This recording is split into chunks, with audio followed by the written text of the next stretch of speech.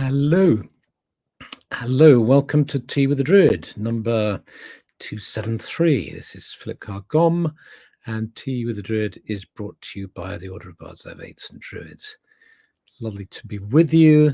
I can see all the comments are coming in, and gradually we're gathering together from all sorts of different directions, from Gothenburg in Sweden and Crouch End, the Isle of Man, Minnesota, Airdrie, Belgium, by the River Lee, the Palomares Hills in USA, and Karlsruhe and Poole and Maryland.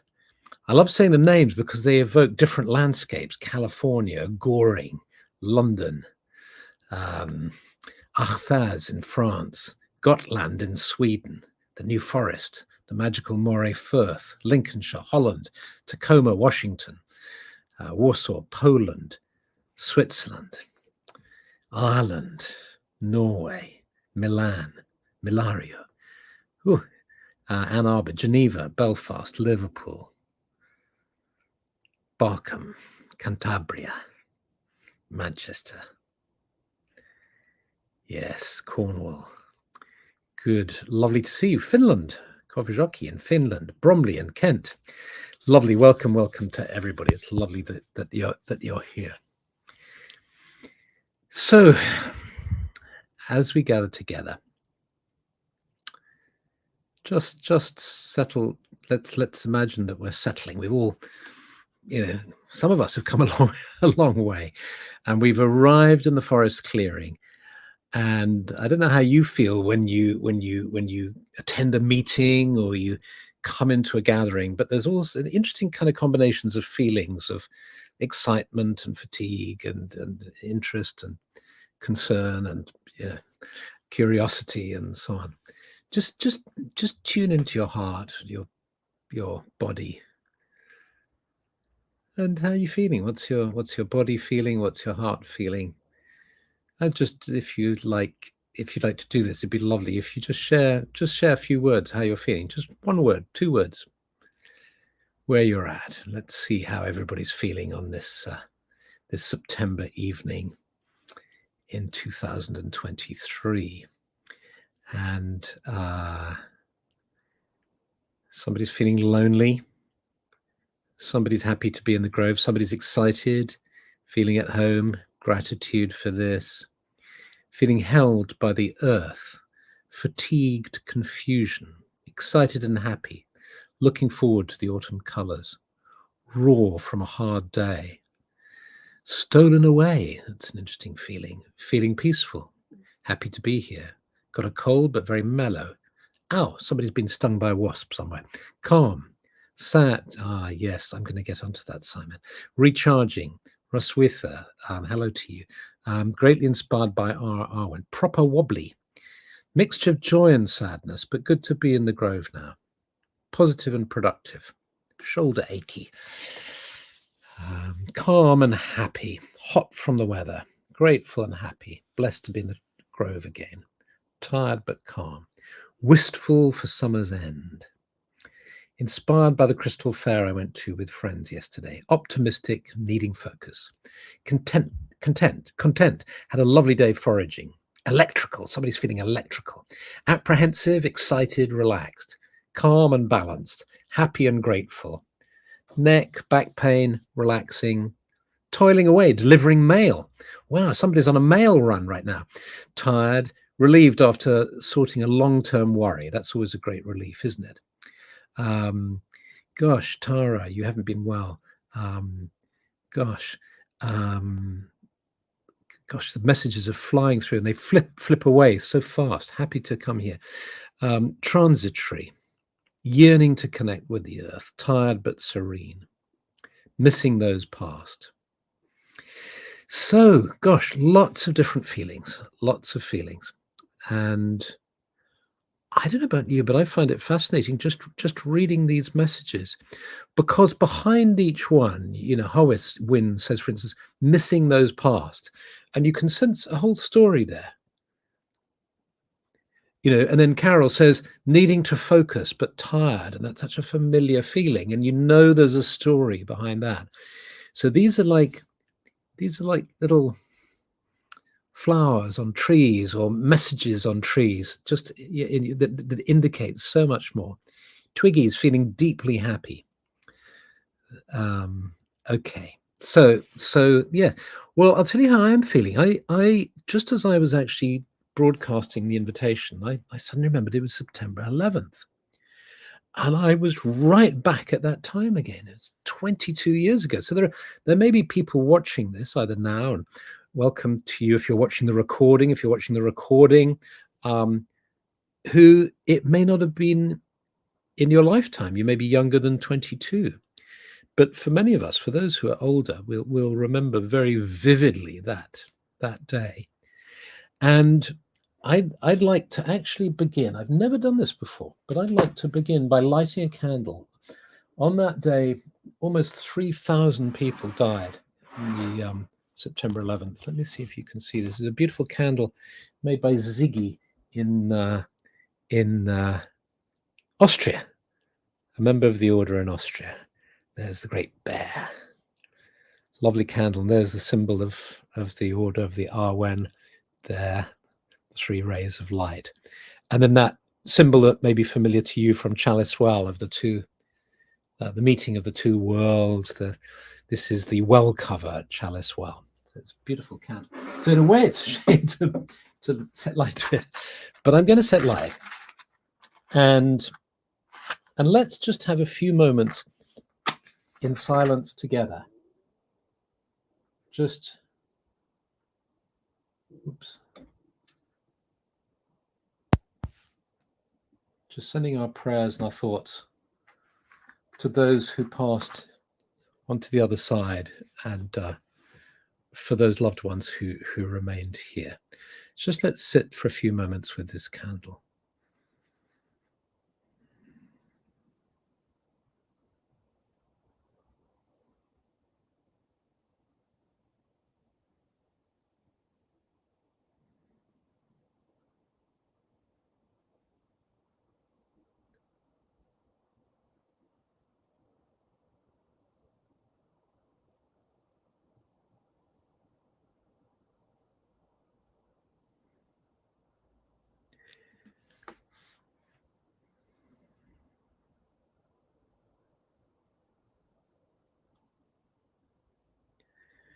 May there be peace in the world.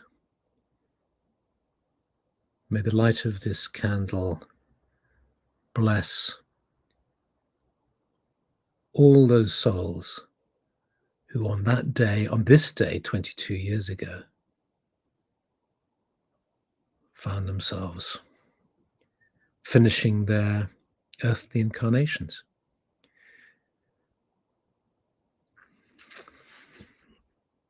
So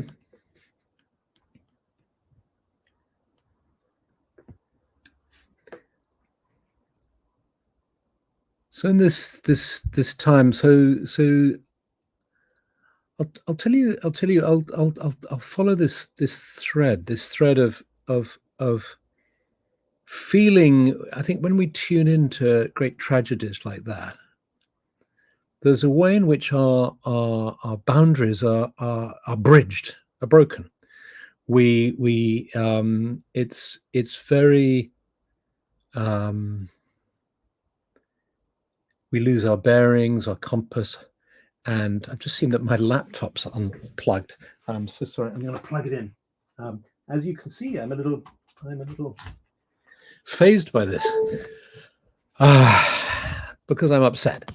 And I'm upset because I remember at that time, it was an awful, terrible shock. And of course, we were all glued to the television and in a sense of completely being unable to comprehend what on earth was going on.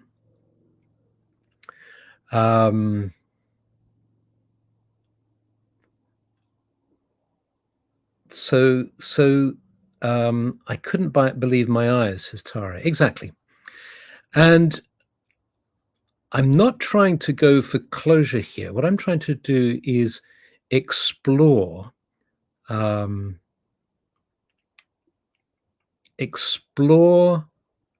the experience of I mean, it's essentially trauma, isn't it? It's this incredible wounding. It's a wounding at the level of the collective, at the level of humanity and the story of life. And of course, now when the Ukrainian war broke out, when Russia invaded Ukraine, it was a similar sort of feeling of tragedy, the pandemic, and then we were just emerging out of the pandemic. At last we can relax a little bit, and then, oh no, you can't, because there's another tragedy occurring. And people are sharing their stories about somebody who was saying, I was at Stonehenge en route to the West Country, and everybody was ignoring the stones as they were glued to their radio. I believe the world was irrevocably changed that day. Well, Heidi, some people were saying that, and some people saying that's nonsense. It's not changed. And I remember I was driving. For those of you who know the road from Brighton to Lewes, there's a sort of point at which it drops down as you get towards Brighton football stadium. And I was overwhelmed with this sense of, whoever's saying that the world wasn't changed at that point absolutely doesn't understand. It overwhelmed me so much I had to pull the car over and have a little weep, because things did change. And of course, we went through years of, the whole business in Afghanistan and, Iraq, and huge amounts of suffering and destruction and all the rest of it.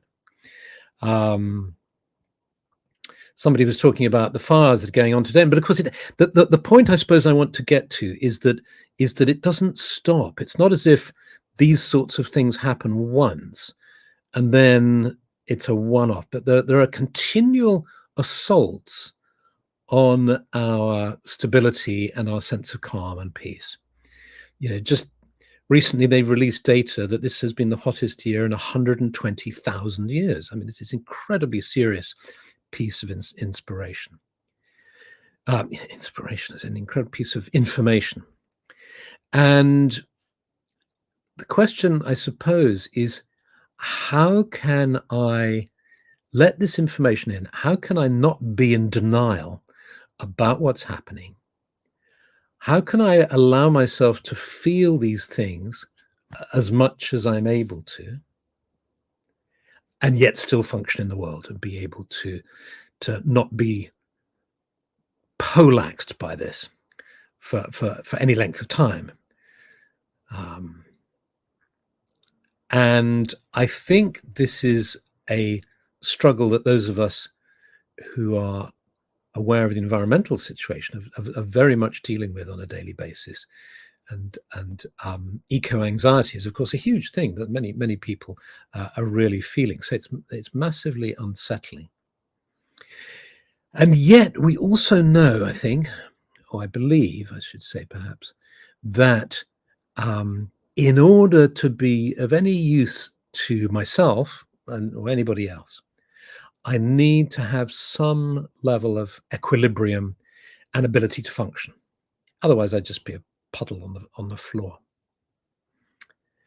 And it's very interesting. We were talking in the men's group I belonged to over the weekend, and we kind of homed in on this question, and we got to this central question, really, which is this. What I said was, deep inside, in my soul, in my heart, I feel and believe and sense that the universe, the cosmos, reality is made of love, is formed out of love and of consciousness.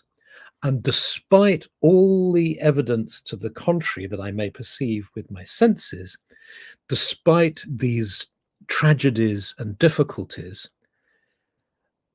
somehow, when I go deep inside in meditation, I connect to a level of consciousness, a part of myself that feels one with the source, one with all being, and that the changing nature of the material world and all the slings and arrows of misfortune that occur to all of us are real and are happening and are cause for many tears and great upset. But behind them, deep down, in the heart of things, there is love, there is beauty, there is continuity, there is yes, there are all these qualities. And a friend of mine in the group said, well, that's of course an illusion. And I beg to differ. I don't think it's an illusion. That's my experience. And if it is an illusion or a delusion, then it's one that helps me to keep on functioning in the world. And I believe in the power of the spirit world, the other world, the divine, the magical. And as I sat here just before I went on air, and I was feeling very upset, and I was suddenly back 22 years ago in the middle of it all, and this sense of everything having changed, and the tragedy of, well, we all know it, the images we were seeing on the television and so on. And I asked for help because I didn't think I could do this broadcast. Actually, what can I say? I asked for help, and I just got this sense that I should take this book from the shelf just across there. Now, this is a book produced by a member of the order at the end of her Druid grade.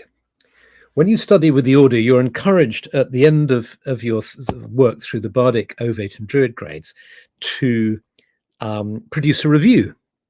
And some people send an email with a couple of pages in it, and that's absolutely fine. They give a kind of resume of how they experienced their time. And other people produce other things, and some people really go to town. And this lady produced this extraordinary hand-bound book. And I engaged in that time-honored activity that we've done a few teas with the Druids back of bibliomancy. I picked the book up and I just put my hand in it. And this is what I got. I got her notes on working with the alder tree and how it relates to the shield, the vanguard or warrior hunter bands, guarding of milk, shelter of the heart, shield of the heart, warriors, resistance, the fisher king, the wounded warrior, Bran the blessed, sovereignty. And of course, this is it, isn't it? This is the nub of it. It's like, how can I be fully human? How can I allow myself, on the one hand, to feel the wound of being human, being incarnated in this world where there is such suffering? How can I allow that? Not pretend it's not happening or dissociate in some way, not fully engage with life because it's too scary. How can I be fully human and engaged?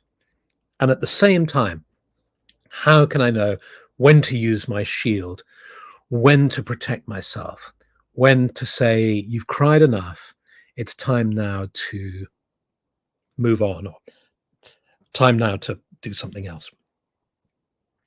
And then if I can do that, and I guess we've all had that experience, when we can let go to our feelings and really have a cry, really feel the pain, feel the feels, as somebody in one of the groups I was helping with used to say, feel the feels. You can really feel them. Then somehow that resources me and strengthens me and becomes part of my shield. So what an interesting paradox that is, that to develop a strong shield, because alder trees were used as shields, and alder, the more water it gets, the stronger it gets. So which is rather an interesting metaphor there about the more emotion you can feel, perhaps, the stronger you can feel, can make you strong. Is that if I can have a big enough heart that can allow itself to be cracked open by upset and hurt, and yet not tough it out. It's not, you see, it's very interesting. It's not about toughing it out. It's about somehow resourcing oneself and working with that and going with the power of nature. There's somebody here who's, I think, written something. Catherine, if I may put your quote up here. My husband recently passed away, and with any loss, a tool to use is to sit with it. You must take a beat, take a breath, and feel it. You still must function and do daily life things, but you must have the solitude, that ability to go inside and allow yourself to feel it. You don't run from it or seek activities that will distract you from pain. Distraction, I'm actually elaborating, but it actually prevents healing. You sit with it, listen to it, cry, feel, journal, meditate, and you do this often and as much as needed. And then I'm not sure, I think you've missed a word or two out in that final phrase there, but thank you. Thank you. That's absolutely fantastic. And that's exactly what I was trying to say. Thank you. And it's interesting how I think as well, looking at it. So what we've seen here is a little magical act of doing a bit of bibliomancy. You know, the gods can help us and give us a little bit of encouragement and remind us, remember the alder tree, remember the strength that can come from that, the strength of work, being open to your emotions and then making you stronger. So we've had some magic, we've had some bibliomancy. And what I want to add into this mix now is precognition. Because for the last 2 days, for I don't know why, I've had St. Patrick's breastplate playing in my head. There's the most beautiful version done. I can't play it to you because of the copyright laws. YouTube will block this. I'll put it in the comments. So there's various versions. There are lots of different versions of this. Here's just one, something to listen to if you like, if you don't know it, after this tea session. Now, this is a whole topic in itself, and I don't want to get distracted by it, but it's complicated.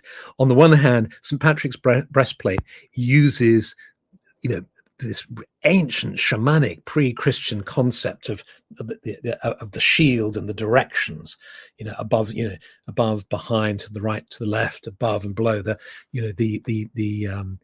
the 7 directions, within being the final direction. But it's expressed in Christian terms. It's Christ before me, Christ behind me, Christ to my left, Christ to my right, and so on. This may not suit you at all, but it's and in its original form, it included a request to be protected from against the spells of smiths and druids. So surprising for a druid, perhaps, to mention it, but it's called the Deer's Cry because of a story of how St. Patrick used it as a mist of concealment, a fifth feather, to conceal himself against pagans who were trying to get him and his band. But if you listen to it, one of the ways I can get around my reaction to the problems of Christianity and its awful record, and the way it's behaved with children and so on, or various churches and so on have behaved, is to, when I listen to this prayer, there's a line where it talks about where you ask for Christ to help you against and God's power to help you against every cruel, merciless power that may oppose my body or my soul.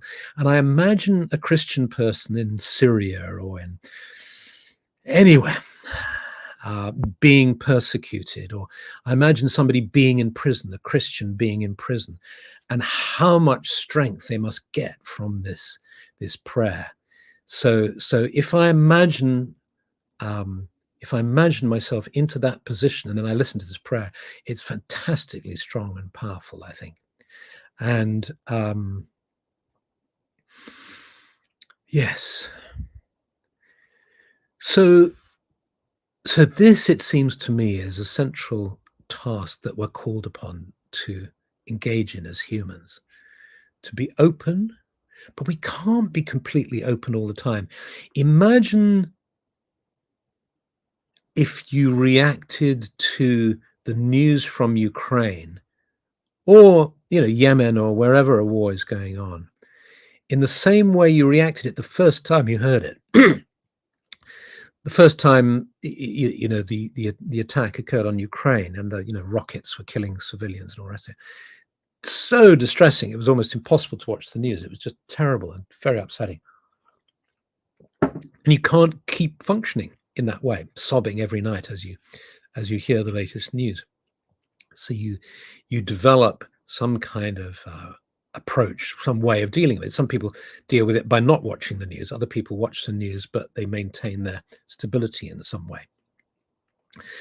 So, okay. So, Natasha O'Shaughnessy, yeah, here we go. I replace the Christian words with great spirit. So the power of that prayer is amazing and can be used by all within the context of their own belief system. Exactly. And in that YouTube track, I've included, it's just if the sort of the music and the way the voice is rising and falling works for you, then then that's fantastic too. So Erica is saying discernment is an essential element of effective shielding. Yes, thank you. So let's the wonderful thing about Druidry and about tree law is that it gives us these tree guides to help us and aid us. And in this case, we're working with the alder tree. So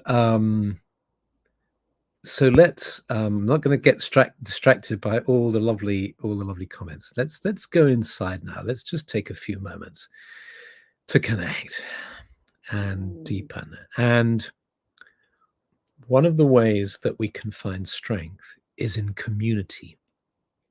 This is one of the great benefits of a spiritual community, is that when we feel weak, when we feel the weakest, probably a poor analogy, really, weakest link in the chain. When we're falling apart, we can take a hand to either side of us, and that will strengthen us. And so let's imagine now we're seated in the grove and we're stretching our hands out to either side to take the hand of the person to our left and right. Though I may feel weak, vulnerable, and upset, I feel the strength of these hands to either side of me. I feel the strength of the whole circle. So even though this is a big circle, I can sense the united power of the circle of us sitting here together, holding hands. O Great Spirit, we ask for your blessings. We ask to be connected to the source, to that sense of oneness, where we can let go of our burdens, where we can breathe out and feel calm and peace as we're seated here on the ground, in the sacred circle, within the sacred grove. And gently we squeeze the hands of the person to either side of us and allow our hands to just drift down and to be seated on the earth and to spend a moment just tuning into the earth, feeling supported by her.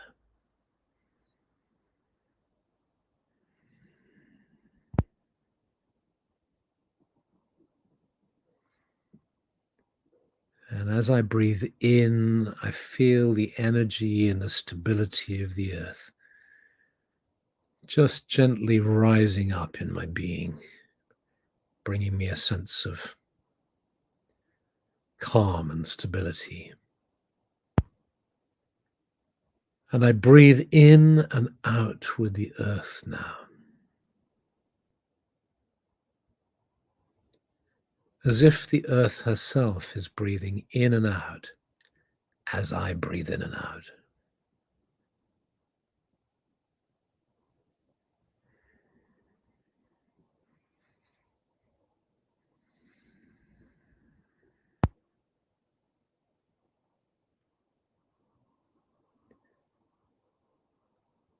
And I just, keeping my inner eyes closed, I just move the palms of my hands to the earth.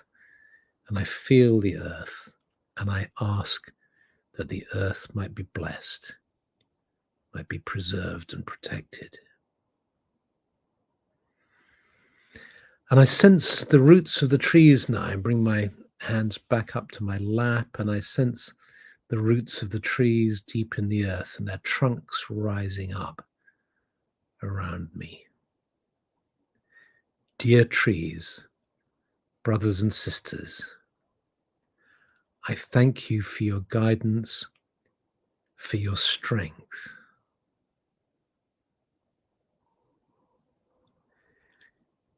In the deep silence I experience in your shade and in your presence, I feel close to you.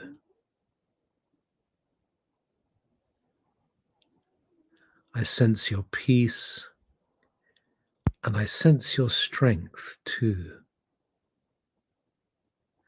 May I allow the water to flow up from the earth through my roots into my being. May I allow feelings as much as they wish to be present within me, allowing them to water the garden of my soul, to nourish my heart, to fill me with a sense of love and connection.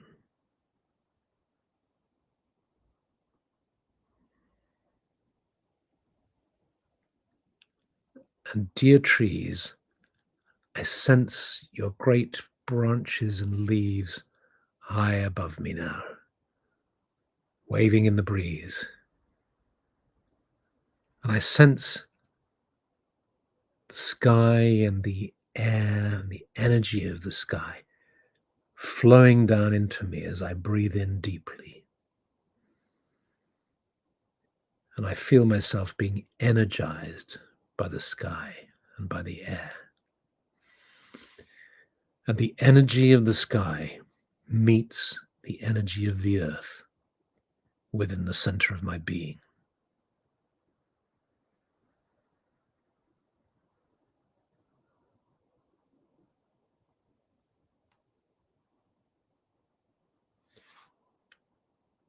And let's all now, if we can imagine our hands drifting to either side of us, holding the hands of the person to either side of us. And in the center of our circle, we just see the most beautiful representation of the earth. A miniature earth, as it were. Well, it can be quite large because there are over 400 of us in this circle, so it can be really quite a large earth. This pearl of blue and green, the continents, the white clouds, the atmosphere around the earth.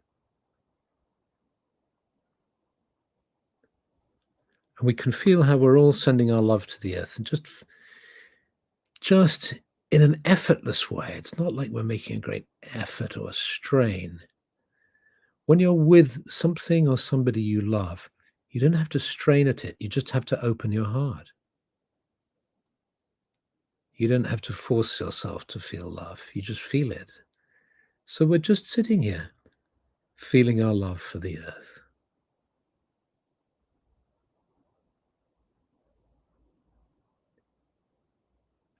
May this earth fulfill her destiny. May her rivers run clean. May the seas be protected and cleansed. May the earth flourish. May all species be protected. May they live in harmony. May evolution unfold in exactly the way it is meant to unfold for the greater good of all beings.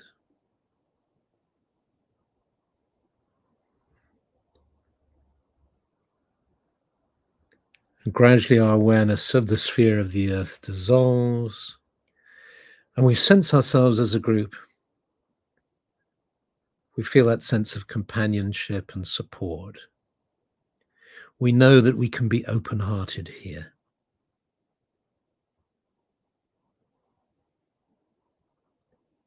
And again, a little squeeze to the hand on either side. Our hands drift back to our laps. Taking a big deep breath, hold for a moment, and then breathe out fully and deeply. And as you breathe out, your awareness of being seated in the sacred grove begins to fade as you become aware of being seated here in front of your screen or your computer. And when you feel ready, you open your eyes.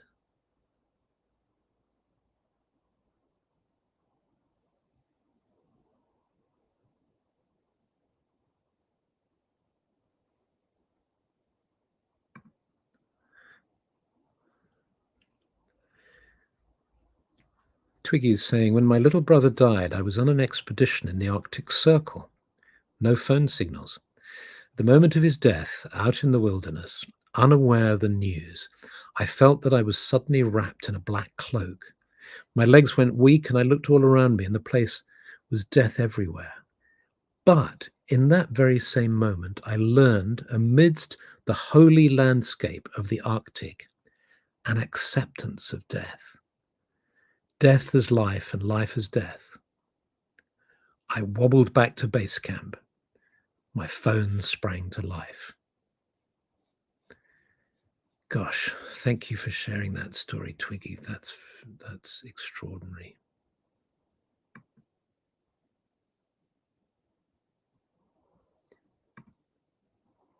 Nemi, may we be united in peace and love within the grove of the earth.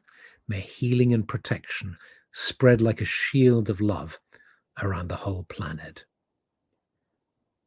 Thank you. Yes.